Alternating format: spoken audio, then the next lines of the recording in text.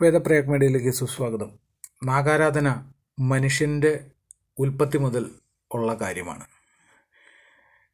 ഇന്ന് നമ്മൾ കാണുന്ന മിക്ക ക്ഷേത്രങ്ങളിൽ, നമ്മൾ പോകുന്ന ഒട്ടുമുക്കാലും ക്ഷേത്രങ്ങളിൽ നാഗാരാധനയുണ്ട്, നാഗക്കാവുകളുണ്ട്, അവിടെ ചിത്രകൂട കല്ലുകൾ കാണാം, അവിടെ നാഗപ്രതിഷ്ഠകൾ കാണാം, നാഗരാജാവിൻ്റെയും നാഗയക്ഷിയുടെയും കരുനാഗയക്ഷിയമ്മയുടെയും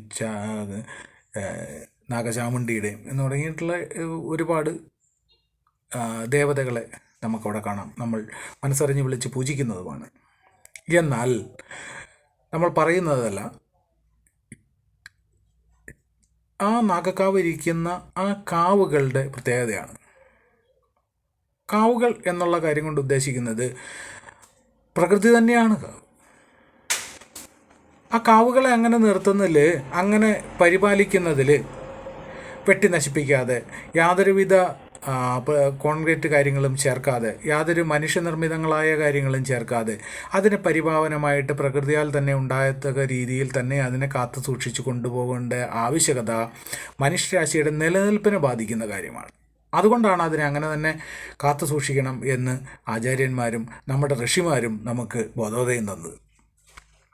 എന്നാൽ നമ്മളിന്ന് കാവിനോട് ചേർന്നുള്ള ചെറിയ കാവുണ്ടാവും, ആ കാവിനോട് ചേർന്നുള്ള വലിയൊരു ക്ഷേത്രത്തിൽ ക്ഷേത്രോദ്ധാരണ കാര്യങ്ങൾ നടത്തി കഴിഞ്ഞ ക്ഷേത്രമാണ് എങ്കിൽ പ്രത്യേകിച്ചും അതിൻ്റെ പുറം വഴി നടവഴി ഉണ്ടാക്കിയിട്ടുണ്ടാവും. ഏറ്റവും പുറത്തുകൂടി, നാലമ്പലത്തിന് പുറത്തുകൂടി ആ പ്രദക്ഷിണ വഴിയിലായിരിക്കും ഒട്ടുമുക്കാലും നാഗക്കാവുകൾ സ്ഥിതി ചെയ്യുന്നത്. അതുകൊണ്ട് തന്നെ ഇവയെല്ലാം ചെല്ലുന്ന ഭക്തജനങ്ങളുടെ രീതി അനുസരിച്ച് അത് മണ്ണിലൂടെ നടന്ന് വലം വെച്ച്, അമ്പലത്തിനെ വലം വെച്ച് പോരുക എന്നുള്ളത് ഇപ്പോൾ ഒരു അപരിഷ്കൃത രീതിയിലേക്ക് കാര്യങ്ങൾ എത്തിയിട്ടുണ്ട്.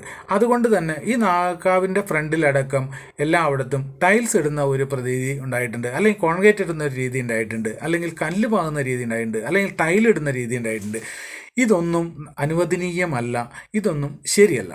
കാരണം എന്തെന്നാൽ അവിടെ ഇറങ്ങി വരുന്ന നാഗങ്ങളെ, അല്ലെങ്കിൽ അതിലൂടെ പാസ് ചെയ്യുന്ന നാഗങ്ങളെ, കാരണം അതൊരു കാവാണ്, കാവിലെ ആ ആവാസ വ്യവസ്ഥയിൽ എല്ലാ ജീവികളും ഉണ്ടാവേണ്ടതാണ്. അതിലൊരു ജീവിയാണ് ഈ നാഗവും. അതുകൊണ്ട് തന്നെ ഈ നാഗങ്ങളെല്ലാം അതിലെ ഇഴഞ്ഞ് നടക്കുന്ന സമയത്ത്, അല്ലെങ്കിൽ വന്നു പോകുന്ന സമയങ്ങളിൽ ഇതിനൊരു കാരണവശാലും ടൈലിലൂടെ യാത്ര ചെയ്യാനോ, അല്ലെങ്കിൽ ചൂട് പിടിച്ച് കിടക്കുന്ന കരിങ്കലിലൂടെ യാത്ര ചെയ്യാനോ, അതല്ല എങ്കിൽ വെള്ളം വീണ് കിടക്കുന്ന സ്ഥലങ്ങളിലൂടെ യാത്ര ചെയ്യാനോ ഒന്നും കഴിയില്ല.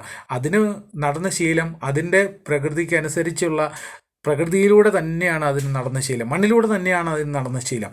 അതുകൊണ്ട് നമ്മളായിട്ട് അവരെ ഉപദ്രവിക്കരുത്. നമ്മളായിട്ട് നമ്മുടെ മനുഷ്യനിർമ്മിതികൾ കേട്ട് അവരുടെ ആ ഒരു ആവാസ വ്യവസ്ഥയെ നമ്മൾ ചോദ്യം ചെയ്യരുത്, ഇല്ലാതാക്കരുത്. അതുകൊണ്ട് തന്നെ ആ വരുന്ന പ്രദേശത്തെ ഒഴിവാക്കിയിടാനായിട്ട് ശ്രദ്ധിക്കുക.